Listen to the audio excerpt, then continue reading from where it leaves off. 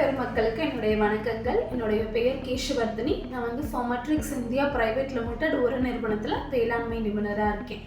வெயில் அதிகமாக இருக்கக்கூடிய இந்த காலகட்டத்தில் உங்களோட பயிர் சோர்வாக காணப்படுதா, இலைகள்லாம் சுருங்கி இருக்கா, பூ பழங்கள் எல்லாம் காஞ்சி உதிர்ந்து போகுதா அப்படின்னா இந்த வீடியோ உங்களுக்கானது.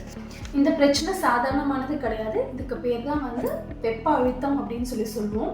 பயிர்கள் தாங்கக்கூடிய அளவை விட அதிகமாக வெப்பநிலை அதிகரிக்கும் போது அவற்றோட இயல்பான வளர்ச்சி மற்றும் செயல்பாடுகள் எல்லாமே வந்து பாதிக்கப்படும். இப்படி வெப்பநிலை வந்து அதிகமாகறதுனால என்ன ஆகும், மண்ணில் வந்து ஈரப்பதம் வந்து குறையும். நெக்ஸ்ட் அடுத்தது பயிருக்குள்ள வந்து நீர் போக்குவரத்து குறையும், நீர் ஆவியாகிறது வந்து அதிகமாகும்.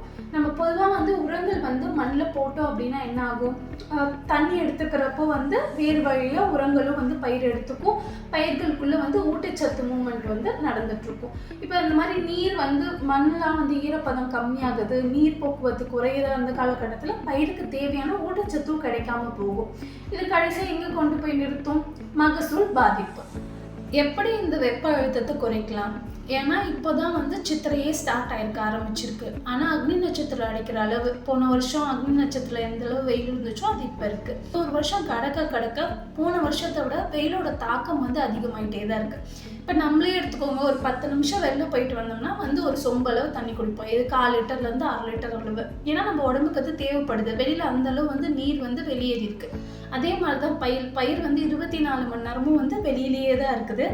கிட்டத்தட்ட 12 to 14 மணி நேரம் வெப்ப தாக்கத்துக்கு வந்து உள்ளடங்கிட்டு இருக்கு. ஸோ அதனால வந்து எப்படி நம்ம இந்த வெப்ப அழுத்தத்தை அதுக்கு குறைக்கலாம், என்னென்ன மாதிரியான வழிகள்லாம் செய்ய முடியும் வெப்ப அழுத்தத்தை குறைக்கிறதுக்குன்னு பார்க்கலாம். ஒன்றுன்னா ஃபர்ஸ்ட் வந்து நீர் பாய்ச்சறது, எதிர் காலையிலையோ இல்லை மாலையிலையோ தினமும் முடிஞ்ச அளவு வந்து நீர் பாய்ச்சி மண்ணை வந்து ஈரப்பதமாக நம்ம மெயின்டைன் பண்ணணும். ரெண்டாவது வந்து பார்த்தோம்னா மல்ச்சிங்கு, அதாவது பிளாஸ்டிக்கோ இல்லைன்னா வந்து வைக்கோல் பயன்படுத்தி மண்ணோட ஈரப்பதம் வந்து அதிகமாக, மண்ணில் இருக்கக்கூடிய ஈரப்பதம் ஆவியாகாமல் இருக்கிறது நம்ம வந்து முடிஞ்சளவு தடுக்கலாம். அடுத்தது வந்து ஊட்டச்சத்துக்களை வந்து வேர் வழியாக கொடுக்குறப்ப வந்து போதுமானது வந்து கிடைக்காது. ஏன்னா நான் முன்னாடியே சொன்னேன், நீர் ஆவியாகிறது, பயிருக்குள்ளே வந்து நீரோட போக்குவரத்து கம்மியாகிறதுனால நம்ம வேர் வழியாக கொடுக்கறது வந்து முழுமையாக பயிருக்கு கிடைக்காது. ஸோ அதனால் முடிஞ்சளவு வந்து இலை வழியாக வந்து கொடுக்கறதுக்கு வந்து ட்ரை பண்ணலாம். அதாவது ஃபோலியார் அப்படின்னு சொல்லுவோம். இலை வழியாக கொடுக்குறப்ப வந்து முடிஞ்சளவு நம்ம கொடுக்கக்கூடிய ஊட்டச்சத்துக்கள் வந்து பயிருக்கு கிடைக்கிறதுக்கான வாய்ப்பு வந்து ஜாஸ்தி. அதனால நம்ம ஓரளவு மேனேஜ் பண்ண முடியும் பயிருக்கான ஊட்டச்சத்துக்களை. நெக்ஸ்ட் அடுத்தது வந்து உயிர் ஊக்கிகள்னு சொல்லுவோம். அதாவது சீவீட் எக்ஸ்ட்ராக்ட். இப்படி நம்ம நிறைய மார்க்கெட்டில் பார்த்துருப்போம். அந்த மாதிரி சீவீட் எக்ஸ்ட்ராக்ட்ஸ் ஒரு 10 நாளைக்கு 7 to 10 நாளைக்கு ஒரு தடவை, இல்லை கொஞ்சம் பெரிய க்ராப்னா 10 to 15 நாளைக்கு ஒரு தடவை, இந்த மாதிரி ரெகுலராக வந்து நம்ம கொடுத்துக்கிட்டே இருக்கணும். நெக்ஸ்ட் அதுக்கப்புறம் இப்போ காய்கறி சின்ன செடிகள்லாம் இருக்குது. காய்கறி செடிகள்லாம் வந்து ரொம்ப அதிகமாக வந்து வெப்ப தாக்குதலுக்கு வந்து உள்ளாடுவோம். அதனால் அதை சுற்றி வந்து அதை விட கொஞ்சம் ஹைட்டான செடிகளோ இல்லை மரங்களோ வந்து நட்டு வைக்கிறப்ப என்ன ஆகும்னா நேரடியாக வெப்ப தாக்குதலை வந்து நம்மளால் குறைக்க முடியும்.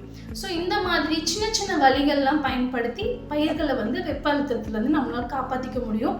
என்னென்ன மாதிரியான ஊட்டச்சத்துக்களை வந்து இலைவெளியாக கொடுக்கலாம், என்ன சீவீடு வந்து எத்தனை நாளைக்கு ஒரு தடவை ஒவ்வொரு பயிர்களுக்கும் கொடுக்கணும், இது எப்படி கொடுத்தோம்னா இதை என்னென்ன மாதிரியான ஆல்டர்னேஷன் ஊட்டச்சத்தையும் சீவையும் கொடுக்குறப்ப நல்ல ரிசல்ட் கிடைக்கும் அப்படிங்கிறத அடுத்தடுத்த வீடியோக்களை நம்ம பார்க்கலாம். தொடர்ந்து எங்களோட இணைப்பில் இருங்க. நன்றி, வணக்கம்.